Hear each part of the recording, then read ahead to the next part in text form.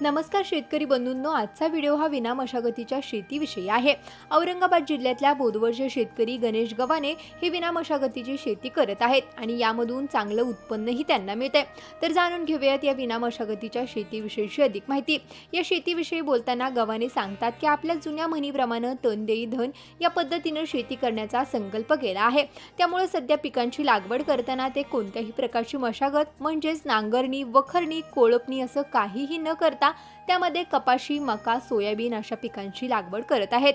SRT पद्धतीने शेती केल्यामुळे उत्पन्न वाढतं हे कळाल्यामुळे त्यांनी यावर्षी 9 एकरामध्ये एसआरटी पद्धतीने मका आणि कपाशी या पिकांची लागवड केली।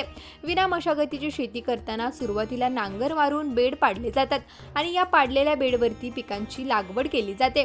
विना मशागत पद्धतीमध्ये पिकांची लागवड करण्याची जशी पद्धत आहे तशीच काढण्याची ही पद्धत आहे। यामध्ये कपाशी असेल किंवा मका याची मुळापासून काढणी केली जात नाही, तर मुळापासून काही अंतर सोडून कपाशी कट केली जाते, जेणेकरून त्याच्या मुळ्या जमिनीतच राहतील। अशा मुळ्या जमिनीत कुजल्यामुळे जमिनीचा कस वाढतो। त्यामुळे गव्हाणे यांनी यावर्षी ज्या जमिनीत कपाशी लागवड केली होती तिथंच मक्याची लागवड केली। विना मशागतीच्या शेतीमुळे मातीची रचना आहे अशी राहते, जमिनीचा कस वाढतो आणि मातीची पाणी जिरवण्याची क्षमताही वाढते।